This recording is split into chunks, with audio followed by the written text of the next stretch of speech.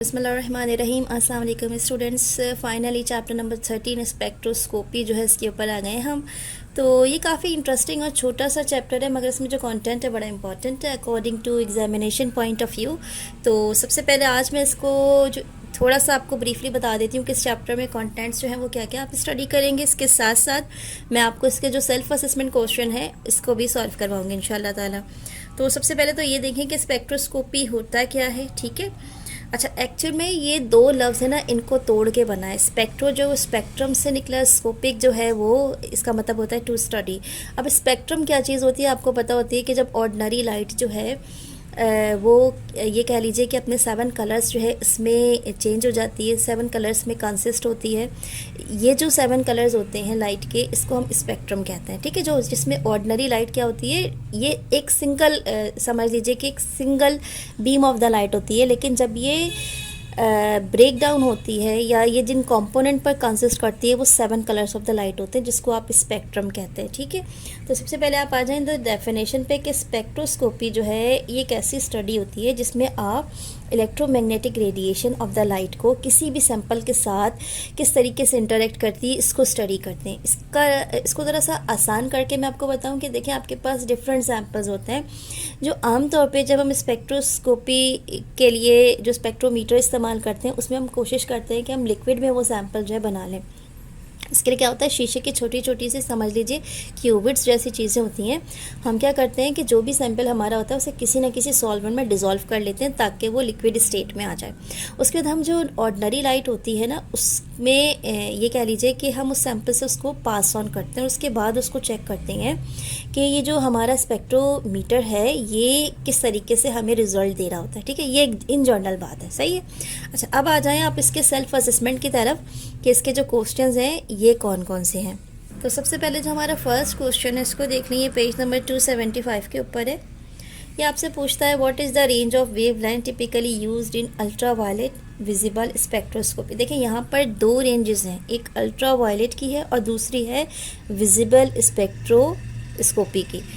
इसका मतलब होता है कि लाइट की वो कौन सी इंटेंसिटीज़ होती हैं जिसमें हमें अल्ट्रावायलेट और विजिबल स्पेक्ट्रोस्कोपी जो है वो स्टडी करनी होती है। वो रेंज ऑफ वेवलेंथ हमें बतानी है, ठीक है। अब आप आ जाएं सीधा इससे 1 पेज बैक करेंगे, इसका आंसर मिलेगा आपको। तो पेज नंबर 273 के ऊपर आई थिंक आप आ जाएं, क्योंकि इस बुक पे ना मेरे पेज बड़े मिस प्रिंटेड है इस पूरे चैप्टर में, तो ये थोड़ी सी तकलीफ़ होगी आपको इसमें। यहाँ पर आ जाइए आप सीधा इस वाले पैराग्राफ में जो कि 13.1.2 का सेकेंड पैराग्राफ बनता है। The UV region of electromagnetic spectrum extend from 200 nanometer to 400 nanometer and visible region extend from 400 nanometer to 800 nanometer। यानी क्योंकि इसने आपसे सवाल में दो बातें पूछी थी। पहले इसने आपसे पूछा था कि आपके पास जो यूवी रीजन है वो कौन सा है, और उसके बाद उसने आपसे कहा था जो विजिबल रीजन है उसकी, इन दोनों की वेवलेंथ बतानी है। तो जो यूवी की है वो कितनी होती है, 200 से लेके 400 नैनोमीटर तक, और जो विजिबल की होती है वो 400 से लेके 800 नैनोमीटर तक। तो ये पूरा पैरा आपने एज इट इज़ यहाँ से लेके यहाँ तक लिख देना है, ठीक है। अगला जो सेल्फ असेसमेंट क्वेश्चन है उसकी तरफ बढ़ते हैं हम। जी स्टूडेंट्स, उसने आपसे पूछा है कि what is the principle behind atomic emission spectroscopy. देखिए, इन जनरल में आपको सबसे पहले एक बात बता दूं कि एटॉमिक एब्जॉर्प्शन या एटॉमिक इमिशन स्पेक्ट्रोस्कोपी जो है इसके पीछे प्रिंसिपल होता क्या, इसको ज़रा बेसिक से समझने की कोशिश कीजिएगा आप। देखिए, फ़र्ज़ कर लीजिए कि यहाँ पर मेरे पास एक इलेक्ट्रॉन है, ठीक है, और ये अपनी किसी भी एनर्जी लेवल पर मौजूद है। आप सपोज़ कर लीजिए इस वक्त ये ग्राउंड स्टेट पे मौजूद है मेरा इलेक्ट्रॉन, ठीक है। अब होता क्या है कि इसको किसी एक्सटर्नल सोर्स से या फिर आप खुद इसको कुछ ऐसी एनर्जी प्रोवाइड करते हैं या हीट एब्जॉर्ब कर लेता है, जिसकी वजह से ये जो इलेक्ट्रॉन है ना ये एक्साइटेड स्टेट में चला जाता है। जैसे ही ये एक्साइटेड स्टेट में चला जाएगा तो ये डिपेंड करेगा कि इसने कितनी एनर्जी एब्जॉर्ब की है, उस हिसाब से ये क्या करेगा कि ये अपने दूसरे एनर्जी लेवल पर जंप कर लेगा। फ़र्ज़ कर लीजिए दूसरा एनर्जी लेवल है, ये तीसरा है, ये चौथा है, इस तरीके से, ठीक है। तो ये क्या करेगा, एनर्जी एब्जॉर्ब करके अपने ग्राउंड स्टेट से जो दूसरा नेक्स्ट एनर्जी लेवल है यहाँ आ जाएगा। अब फ़र्ज़ कर लीजिए इसने कुछ ज़्यादा एनर्जी एब्जॉर्ब कर ली है, तो ये इसको क्रॉस करता हुआ यहाँ तक भी पहुँच सकता है, इसको क्रॉस करता हुआ यहाँ तक भी पहुँच सकता है। यानी डिपेंड करता है कि इसने एनर्जी एब्जॉर्ब कितनी की, इस हिसाब से क्या करेगा इतने एनर्जी लेवल्स पर मूव कर जाएगा। अब होता क्या है कि जब ये एनर्जी एब्जॉर्ब करने के बाद एक्साइटेड स्टेट में चला जाता है तो कुछ रेडिएशंस ये एब्जॉर्ब करता है। एब्जॉर्ब करने की वजह से ये क्या करता है, ये एनर्जी लेवल्स को कवर करता हुआ तेज़ी से ऊपर जाता चला जाता है। तो इसका मतलब क्या हुआ कि इसकी स्टेट कहाँ थी, ग्राउंड स्टेट थी ना, लेकिन इसने क्या किया, एनर्जी एब्जॉर्ब कर लिया, सेकंड में, थर्ड में या फोर्थ में कहीं पर भी चला गया। तो ये जो इसकी स्टेट्स होती हैं ये ट्रांजिशन स्टेट्स होती हैं, यानी कि यहाँ पर ये कांस्टेंट नहीं है। अब इसने एनर्जी एब्जॉर्ब की तो ठीक है, ये आ गया, थोड़ी देर के बाद हो सकता है ये एनर्जी को रिलीज़ कर दे, और एनर्जी को रिलीज़ करने के बाद फर्ज कर लीजिए कि अगर ये एब्जॉर्ब करके यहाँ आ गया तो एनर्जी रिलीज़ करेगा और यहाँ आ जाएगा, ठीक है, या और ज़्यादा एनर्जी रिलीज़ कर दी तो यहाँ पर आ जाएगा। इसका मतलब क्या हुआ है कि जो बेसिक चीज़ है वो क्या है कि वो कितना अमाउंट ऑफ हीट या अमाउंट ऑफ एनर्जी एब्जॉर्ब करके एक्साइटेड स्टेट में जा रहा है, और उसके बाद एक्साइटेड स्टेट, क्योंकि आपको पता है वो एक ट्रांजिशन स्टेट होती है, वो कांस्टेंट तो होती ही नहीं है, तो हो सकता है कि सेम टाइम वो कुछ एनर्जी जो है उसको रिलीज़ कर दे और फिर जो एनर्जी लेवल है उसमें डाउन हो जाए, ठीक है, ऊपर से नीचे आ जाए या उससे और ज़्यादा नीचे आ जाए।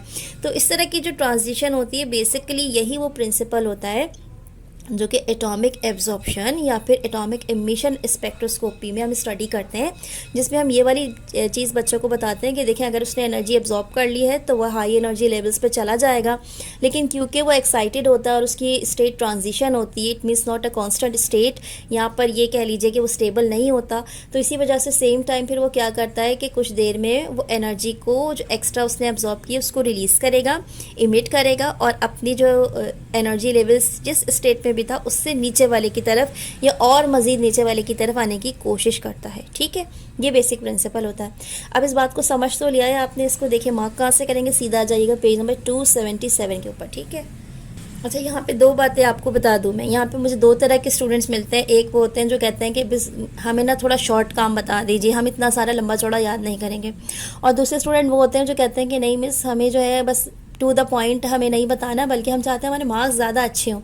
तो अगर आप चाहते हैं कि आपके मार्क्स ज़्यादा अच्छे हों तो आप ये पूरा पैराग्राफ एज इट इज़ यहाँ से लेके यहाँ तक करें, जिसमें पूरी बात बताई गई है कि एटॉमिक एब्जॉर्प्शन हो या एटॉमिक एमिशन स्पेक्ट्रोस्कोपी हो, इसकी टेक्निक्स ये होती हैं, और उसके बाद फिर हम इसमें आगे चलकर बताते हैं कि जब एटम जो है वो रिसीव करता है कहीं से भी, मतलब एनर्जी सोर्सेज को कोई भी मिलती है या वो कोई हीट एब्जॉर्ब करता है तो फिर वो एक्साइटेड स्टेट में जाता है, और उसके बाद फिर वो जो एक्स्ट्रा एनर्जी है उसको रिलीज़ करके दोबारा अपने ग्राउंड स्टेट में आने की कोशिश करता है, इसको इमिशन कहते हैं। तो जो सवाल इस सेल्फ असेसमेंट में एब्जॉर्प्शन से रिलेटेड है, एग्जैक्टली वही चीज़ इमिशन में भी आ सकती है। तो आप इस क्वेश्चन को सेल्फ असेसमेंट के दोनों तरीके से तैयार कीजिएगा, यानी एटॉमिक एब्जॉर्प्शन हो या इमिशन हो, उसमें रूल्स ऑलमोस्ट सेम आ रहे हैं। फ़र्क सिर्फ क्या आ रहा है, जहाँ एब्जॉर्प्शन है वहाँ पे एब्जॉर्ब कर रहा है, और जहाँ इमिशन है वहाँ पर वो एनर्जी को रिलीज़ कर रहा है, ठीक है।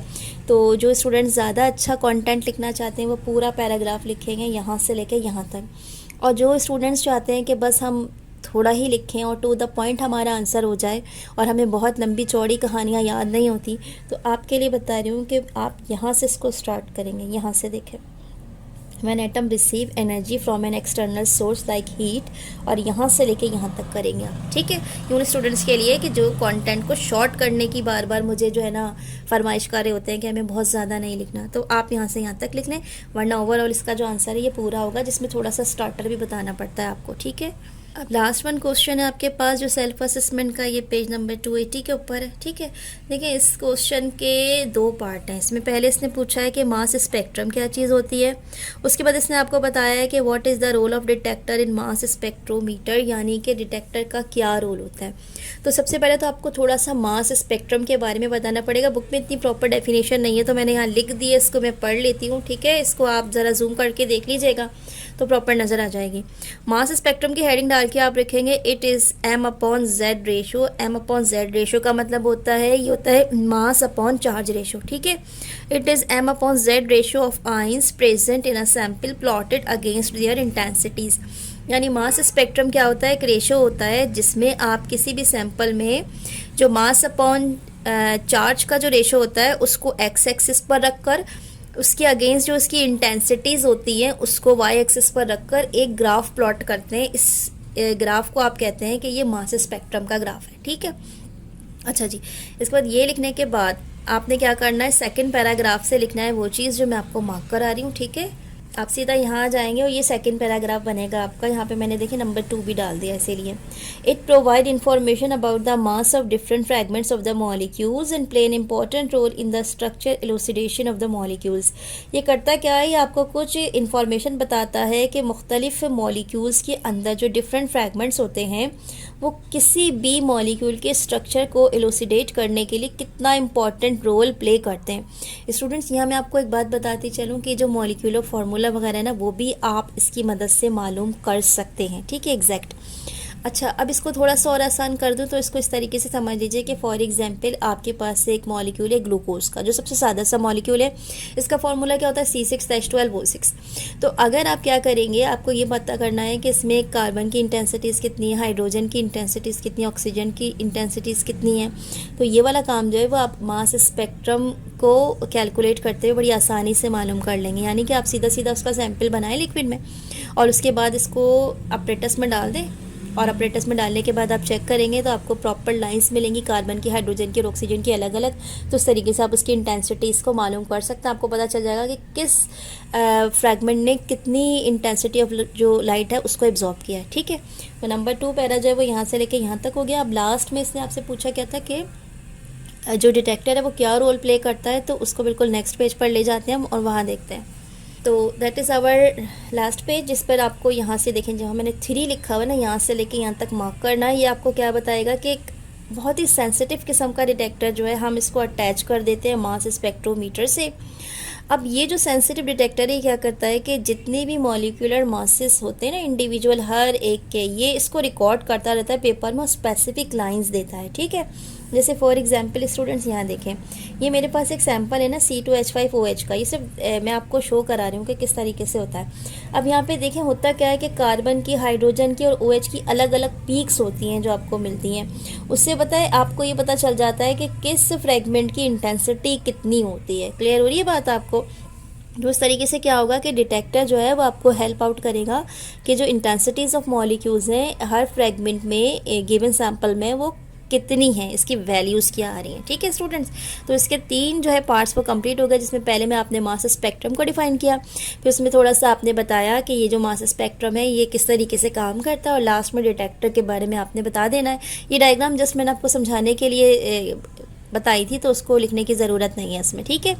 इसके साथ ही आज के जो सेल्फ असेसमेंट क्वेश्चन आंसर्स हैं ये कंप्लीट हो जाते हैं। इंशाल्लाह ताला बहुत जल्द वीडियो में शॉर्ट और फिर लॉन्ग करेंगे। एंड आफ्टर दैट जब ये चैप्टर 13 तक का वर्क कंप्लीट हो जाएगा तो क्लास 12 आप लोगों की जितनी भी क्यूरीज थी, जिसमें आपने अलग अलग मुझे मैसेजेस किए थे कि मिस मुझे ये वाली चीज़ समझ में नहीं आती है या मुझे इस चीज़ के ऊपर वीडियो बना के दें, तो वो मैंने एक जगह नोट डाउन कर ली और इंशाल्लाह ताला उनकी सारी वीडियोज़ जो है वो मैं शूट कर दूँगी एज सुन एज़ पॉसिबल, जिसमें आप लोगों की इंडिविजुअल क्यूरीज थी, ठीक है।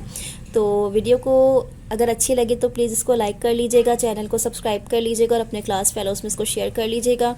अपना बहुत सारा ख्याल रखिएगा। टेक केयर एंड अल्लाह हाफिज़।